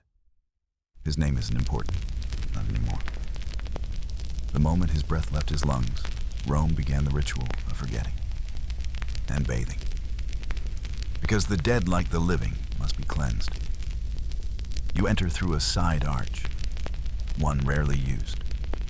The kind of passage that doesn't lead to statues or fountains, but to rooms behind rooms. You pass through one, then another. Stone, damp, dim. The body lies on a low platform, naked, pale. His mouth is open. His eyes are not. That's something. Someone had the decency to close them. The servant beside you is already at work. He dips a cloth into a bronze basin. The water is not warm. It doesn't need to be. This is not about comfort. It's about ritual. He begins with the hands rubbing gently as if waking the fingers instead of saying goodbye to them. You've never seen it done up close. Not like this. You've heard of it, yes. That the dead are washed in silence. That no one speaks unless spoken to. That the water must be changed halfway through as if the body might infect the memory of the city. But watching it happen, you realize something. This looks no different from any other bath. There's oil. There's scraping. There's touch. Only the breathing is missing. The servant reaches for the strigil. You step back, not because you're afraid, but because the motion is too familiar. The curved blade glides over the chest. No resistance. The skin gives in easily, too easily. Bits of oil and blood and what's left of the day's dirt collect on the bronze edge. He wipes it away, flicks the blade clean, then begins again. You wonder why cleanse a man who can no longer feel it? But of course you know the answer. Because Rome is always watching. Because when the mourners arrive, when the family gathers, when the body is laid out in the atrium beneath garlands and lamplight, they must see someone at peace. Not someone broken, not someone marked, not someone who suffered, only someone clean. The servant moves to the legs, then the feet. You notice how careful he is with the soles, as if the dead might flinch. You take a breath. It smells like laurel. Even now the scent is present. The same oil used on the living is used on the lost. The line between them, thin, barely a shimmer. You glance down at the basin. The water is darker now. The servant dips the cloth again, hesitates, then pours the contents into a drain near the floor. The splash echoes. He refills it. Starts again. You feel something tighten behind your eyes. Not grief. You didn't know this man. It's something else. A realization that one day this might be you. That your body too will lie here. That your skin will be scraped one final time. That someone will oil your chest. Rub your feet. Close your eyes. And then you will be carried out, not to the caldarium, but to a wooden frame beneath flowers. The final bath. The servant finishes. He takes a length of white cloth, wraps it loosely around the waist, then across the chest, not to cover shame. There is no shame left, only form. He lights a small censer. The smoke curls upward, thin and fast, smelling of myrrh and something older. You step back. Someone else enters, a woman this time. Dressed simply, hair braided, eyes tired. She doesn't speak. just kneels beside the platform. She knows this man. She touches his hand, then leans forward and presses her forehead to his. For a moment, everything is still. Even the steam stops moving. Then she stands and leaves. You follow. Not because you're ready to go, but because there's nothing left to see. You exit through the back again. The sun has begun to rise. The streets are still quiet. The city is still clean. But you are not. Not after this. You walk slowly, each step quieter than the last. And behind you, water still drips from the edge of the basin, as if even the dead refuse to dry. You weren't supposed to return tonight. The streets of Rome are quieter than usual. The noise of day has been swallowed by dusk, and now by something deeper, something almost reverent. The stalls are closed. The gossip has been carried home. Only the sound of sandals on stone remains. Yours, and the key in your hand. It's not yours, not really. You borrowed it from someone who owed you something, or feared you, or simply didn't ask why. All you said was, "I need to see it after dark." And now, here you are. You slip through the outer arch of the baths and close the door behind you. Instant silence. It's heavier than you expected, like a great lung has stopped breathing. This is not the place you know. By day, the Roman baths are noise and motion, water footsteps, laughter, scraping whispers. But now, in the forbidden hours, all of that is gone. The stillness feels too exact, too purposeful. You wonder if the walls remember how loud they were just hours ago, or if they're relieved to finally be alone. You walk deeper. No torches burn in the main hall, but you brought your own. You strike flint. The flame flickers alive. You raise it high. Shadows move.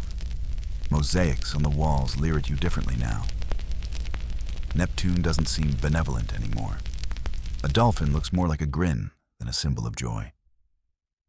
You step past the changing room. The niches are empty. The towels are gone. The sandals have been collected and shelved. But the smell remains of heat oil and something else beneath. You can't name it, only that it doesn't smell right when no one's around. You pass into the tepidarium.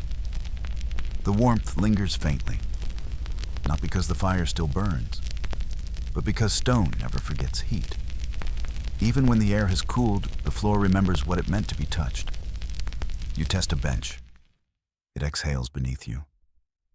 And for the first time, you hear something. Not a sound exactly. A presence. You're not alone. You don't see anyone. You don't hear footsteps. But someone is here. You turn, slowly. A flicker. Movement. Gone again. You grip your torch tighter. You walk on. Through the caldarium, the air is heavier now. Your skin begins to glisten. But not from comfort. The heat feels unfriendly, unguided, like it doesn't recognize you, like it's feral waiting. The shadows are deeper here. You remember what you heard once, that the bathhouse by night belongs to the ones who never left. A girl drowned in the plunge pool 2 winters ago. No one saw her go under. They found her in the morning, her eyes open, her skin pale, her hair caught in the drain. They say she whispers sometimes, only at night. You step toward the far arch, the laconicum. You pause. It's open. Someone's been here recently. The coals are still glowing, dim but alive. You walk in, and sitting on the bench barely visible is someone. A man, silent, unmoving. Your breath catches. He doesn't look at you. You raise the torch. The light reaches him. He's old, eyes closed, skin loose over bones. He's sweating but not breathing. You step closer, say nothing. Then his lips move. You hear it. Just one word. You don't understand it. An older tongue, Etruscan, maybe? Or something older. He doesn't speak again. You back away. But your foot hits something, a towel. Still damp. Freshly used. You spin. There's no one behind you. You don't remember dropping the towel earlier. You didn't. You never undressed. You were never here to bathe. You back toward the entrance. Your torch sputters, then goes out. You don't scream. You just walk. Carefully. By touch. Through heat and stone and memory. You reach the outer chamber. The air is cool again. You step outside. The stars have shifted. You were inside longer than you thought. Or the night moved differently. You don't look back. Because you're no longer sure what you saw. Or who saw you. The baths are closed now. Officially. But inside, someone still listens. You've always thought of curses as something whispered in alleyways. As crude words scratched into door frames. As twisted dolls buried beneath thresholds. But here in the baths of Rome, curses take on a different form. They are elegant. They are inscribed in soft lead. And they wait beneath your feet. You return to the tepidarium at mid-morning, not to bathe, but to investigate. You've heard rumors. Murmurs among scribes and priests. That the public baths are not just spaces for sweat and oil and spectacle. They are vessels. For vengeance. You walk slowly now, scanning the mosaics. Looking not at the images, but between them. At the cracks in the floor, the spaces behind the benches, the mouths of the drains. And there between two floor tiles, shaped like seashells, you see it. A scene. You kneel. Carefully you slide a tile to one side. It lifts too easily. And beneath it, tucked into a shallow depression in the mortar, is a thin, rolled strip of dark gray metal. A defixio. A curse tablet. You shouldn't touch it. But of course you do. The lead is cold. Colder than it should be. You unroll it carefully. The script is jagged, deep, angry. You don't recognize all the names, but you see the intention. It's written by someone who was shamed. Publicly. Brutally. Perhaps here. Perhaps in this very chamber. They call on a spirit mania, perhaps, or Tullus, or something unnamed, to bind the feet, the tongue, the mind of another. To confuse them. To humiliate them. To make them falter in public. You roll it back up. Place it carefully in your bag. And then you begin to notice them everywhere. Behind the drain, under the steps, embedded in the cracks of the laconicum. Some are old, so worn that only the indentation of letters remain. Others are newer. Fresh scratches, sharp cuts. Some are written in Latin, others in Greek. One is in a language you don't recognize, each one a whisper, a knife made of ink and metal, and none of them spoken aloud. You remember something someone once told you? If you want Rome to hear you, but don't want to lose your head for speaking, bury your words where Rome cannot reach. So they do. They write in lead. They hide it beneath your feet. And then they smile at you in the steam. You wonder now how many of the awkward slips, the public stumbles, the lost court cases, the sudden illnesses, how many of them began here, not in blood, not in poison, but in lead. You return to the caldarium, eyes sharp now. You see a man you recognize, a minor official, not powerful but close to those who are. He sits in the far corner alone. You watch his hand. He slides something from his tunic, lets it fall behind the bench, not loudly, just enough. Later, after he leaves, you check. Another tablet. You don't open this one, but you feel its heat. Because even cold lead carries anger. You rise suddenly aware of your own footsteps, of the stone beneath them, of the dozens, maybe hundreds of curses pressed into the walls, into the drains, into the body of the bath itself. You think of the steam, how it rises, how it curls, how it enters you. You wonder what it carries. Not just heat, but hate. Words unsaid, names unspoken, until now. You exhale and wonder if someone cursed you. If somewhere beneath a bench, a scroll waits with your name carved into it. And if the bath with all its beauty, all its heat, all its oil, has already started to answer. You never meant to notice them. Not at first. When you came to the baths, your eyes were drawn to the marble, the mosaic floors, the scented air, the curve of a shoulder, the glisten of oil, all the things that announce Rome's elegance and power. But beneath that shimmer, there were always children. At the edges, in the corners, in the shadows behind the pillars. They're everywhere, and nowhere. Tonight you return early, before the crowds. The sun hasn't risen yet, but someone unlocked the outer gate for you. You walk in silence, and now in the stillness, you finally see them. One is sweeping the apoditerium. Small hands, bare feet, a wooden-handled broom too large for his spine. His face is unreadable, but his eyes dart up when he hears you. Then away again. Another child, no older than 8, crouches by the hypocaust grate, feeding in scraps of wood steady as ritual. You smell the smoke before you see him. His skin is darkened with soot. His nose bleeds faintly.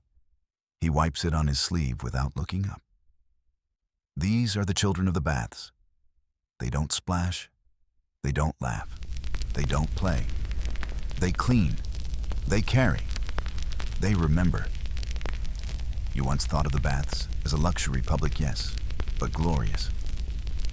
But what is luxury if it's built on exhaustion? You enter the caldarium. The heat is already rising. A girl is there. She kneels beside a stack of towels, folding them with practiced precision.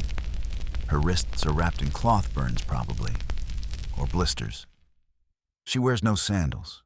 You don't speak to her. You don't need to. Her silence is not ignorance. It's training. Because if she speaks, if any of them do, they risk more than punishment. They risk removal. Rome has no shortage of children, especially in places like this. You take a seat, not near the brazier, near the doorway, and you watch. You begin to count. By mid-morning, you've seen at least 12 different children at work. One carrying buckets, one scrubbing the vomit from a senator's favorite bench, one massaging oil into a man's shoulders while his eyes wander where they shouldn't, and one sitting alone behind a column, watching. He doesn't move, doesn't work, doesn't speak, but he watches everything. You meet his gaze briefly. He doesn't look away. It's not a challenge. It's a warning. You've heard the stories. Some of them were born here. Some were sold here. Some were abandoned on the bathhouse steps, left in swaddling cloth with no names. They were raised by servants, trained by repetition, absorbed into the building, like water into stone. They are not orphans. They are part of the walls. You remember the phrase, Rome raises what it can use. These children are used and discarded. You once asked a friend, a soldier, if the children of the baths ever leave. He laughed. Leave, he said. Where would they go? They don't leave. They age. They break. They disappear. A girl with a broken ankle is replaced by a boy who doesn't speak. A boy who goes missing is never reported. You feel it now. The floor beneath you is warm, but it carries more than heat. It carries footprints, tiny ones, burned into memory. You stand. You return to the apoditerium. That same boy is still sweeping. His eyes meet yours, and this time you speak. What's your name? He shrugs, keeps sweeping. But as you walk away, you hear it, a whisper, so soft you think it might be the broom against stone, or maybe something else. A name, spoken once, then swallowed by the steam. there are days when the baths are filled with women. You know this, not because you've been there, not because you've watched, but because you've waited. Outside, in the street, in the square, while behind the walls they move through marble and steam invisible as breath. Other days, they're gone, not absent, excluded, because access in Rome is not fixed. It's permitted, withdrawn, permitted again, like a favor that must be earned anew each time. And for women, bathing was never just about cleanliness. It was about timing. It was about allowance. You remember being a child, your mother would wake you early, long before light. She'd wrap her hair in cloth, press a small pouch of coins into her sash, and say, "Today the baths are ours." But only for a little while. And then she'd disappear through the gate. You weren't allowed to follow. Because the rule was clear, men and women do not bathe together. Not in daylight. Not unless someone powerful is watching and allowing it. Some bathhouses had separate sections. Others enforced schedules. Women in the morning, men in the afternoon, or vice versa. But the schedule wasn't fixed. It shifted like politics, like fortune. And a woman never knew if tomorrow she'd be welcomed or turned away. You return to the baths now, not to bathe, but to observe. You sit near the archway just before the frigidarium. The time is mid-morning. A few women pass by, quiet, composed eyes downcast. Older, wiser. Their steps are practiced. But one girl hesitates. She stands in the corridor, holding a folded robe. Her skin is still damp from the caldarium. Her hair drips, but she looks uncertain, like she crossed a boundary. You watch. She turns and leaves. Fast. No one stops her. No one speaks. But you notice the man who watched her too, and the way his lips curled, not in anger, in ownership. You hear things sometimes, that women who enter the wrong room are sometimes punished. Not with words, with whispers. You think of the girl who was seen in the mixed bath 2 nights ago, the one who didn't return the next day. Her neighbors said she had fallen ill, but the servants said otherwise, that she'd been invited to a private gathering and told to keep quiet about what she saw or what was done. And what happens when women speak up? Sometimes they're called impure. Sometimes they're called dramatic. And sometimes they're called nothing at all because no one hears them or pretends not to. You enter the tepidarium now. It's mostly empty. But 2 women sit near the fountain. They speak in Greek. You catch fragments. The magistrate's wife entered with a ring on her ankle. He didn't stop her. The words mean more than they say. A ring on the ankle. In some circles it means a woman is available. In others it means she's owned. In still others it means nothing until someone decides it should. That's the danger. In the baths, nothing is just an accessory. It's a declaration. You leave them behind and move toward the changing area. There you see it etched faintly into the stone near one of the niches. A scratch, a name, a warning. You lean closer. It's a woman's name, carved in haste, and below it, a symbol you don't recognize. You ask a nearby servant softly, "Who wrote that?" He shrugs. But his eyes say, "Don't ask again." You realize then that the baths for women are not safer than the ones for men. They're just more silent, more careful, more guarded. You remember a girl once told you, "We don't bathe to relax. We bathe to disappear, to remind ourselves that we're still real." And you wonder if that's what water does. Not clean, just blur. You step outside again. The sun is high now. The schedule will shift. The men will return. And the women, they'll fade. Until tomorrow. Or until the door closes again. You thought it was a bath. You thought it was a room with stone benches, heated floors, flickering lamps, the scent of laurel, the scrape of bronze. But that was never what it really was. You realize it now too late or just in time. The Roman bathhouse is a stage, and you are always being watched. You return one afternoon not to soak or sweat, but to observe. To sit on the edge of the tepidarium clothed and quiet, and look not at the mosaics or the oil jars, but at them, the players. They don't see it that way, of course. They think they're just bathing, talking, passing time. But every gesture, every glance, every pause, it's performance. There on the far side of the pool, a man stretches his arms behind his head. Slowly, too slowly. His back arches just enough to draw the attention of the group beside him. Two of them look away immediately. One of them looks longer. And now the game begins.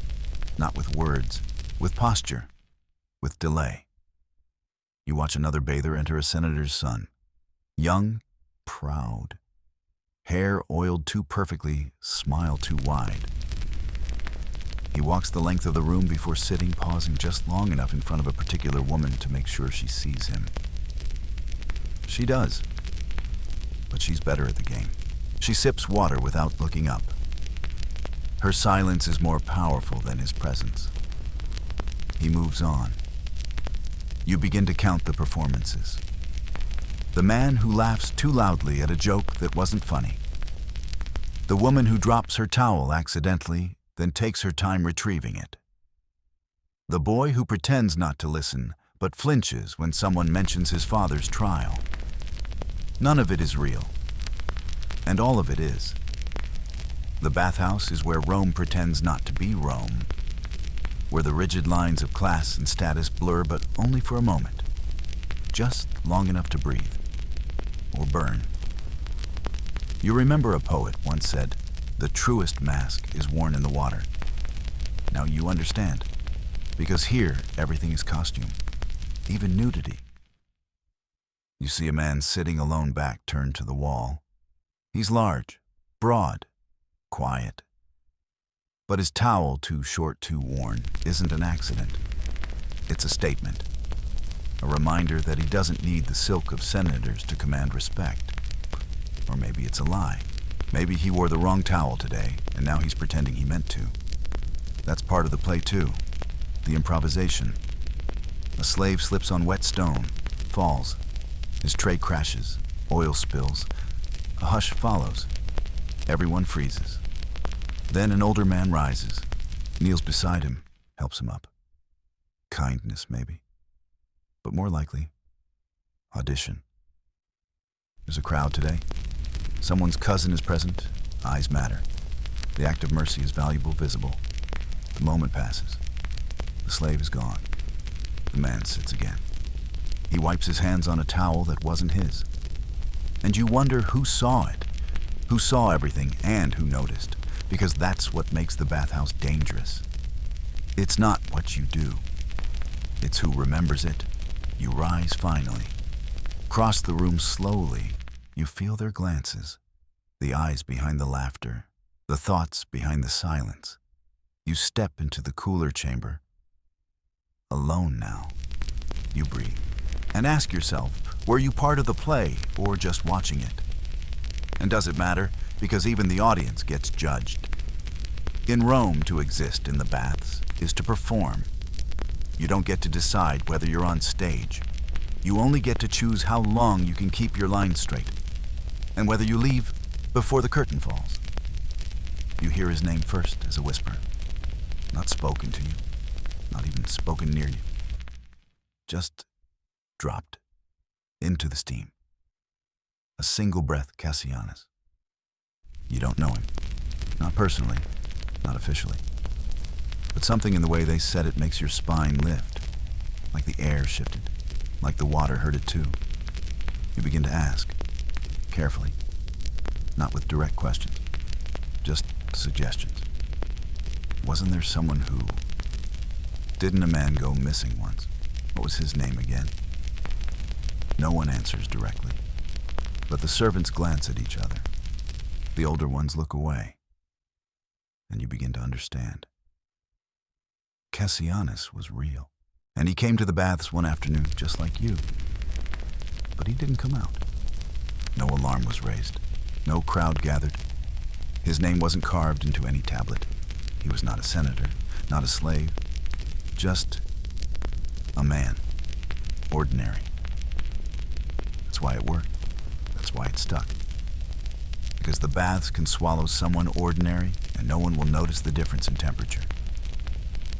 You walk the same path he would have walked, past the apoditerium, into the tepidarium. You pause there. A servant polishing the floor looks up. You say nothing. He says less. But his eyes linger on one spot near the edge of the pool. You look. A tile is cracked, faintly, cleanly, as though something was forced beneath it, or removed. You pass into the caldarium. The air is thick. He would have been here. He would have sat where you now sit. He would have leaned back, closed his eyes, trusted the silence. And then, no one knows. Some say he had enemies. Some say he heard something he shouldn't. Some say he simply slipped and drowned in the plunge pool and was quietly disposed of to avoid scandal. But the strangest version, the one whispered by lamplight and drowned in wine, is this, that he was chosen. Not punished, not murdered. Chosen by the bathhouse itself. That something ancient beneath the stone, beneath the hypocaust, claimed him. And that he still exists, somewhere in the heat. You think it's absurd, until you feel the bench grow warmer beneath you. And there's no fire lit. Not yet. You move on, into the laconicum. No one's here. The brazier is cold. The air is silent. But there on the wall, you see it. A mark. Faint, greasy, like a handprint. You touch it. Still damp. You check the floor. There's no water trail. No sandals. No towel. But someone's been here. You lean back against the wall and let the room speak. It doesn't say much. Just breathes. Just hums. And you remember something a servant said once, half joking. The baths have memory. Maybe too much. You rise. You return to the frigidarium. The pool is quiet. Still. You sit on the edge and wait. For a ripple. For a whisper. For anything. But nothing comes. You leave. But just before you pass through the final door, you turn. And behind the far column, you see him. Maybe. A figure. Naked. Still. Watching. You blink. He's gone. Maybe he was never there. Maybe you imagined him. Or maybe he was waiting for you to notice. So someone would remember that Cassianus came here once and never came out.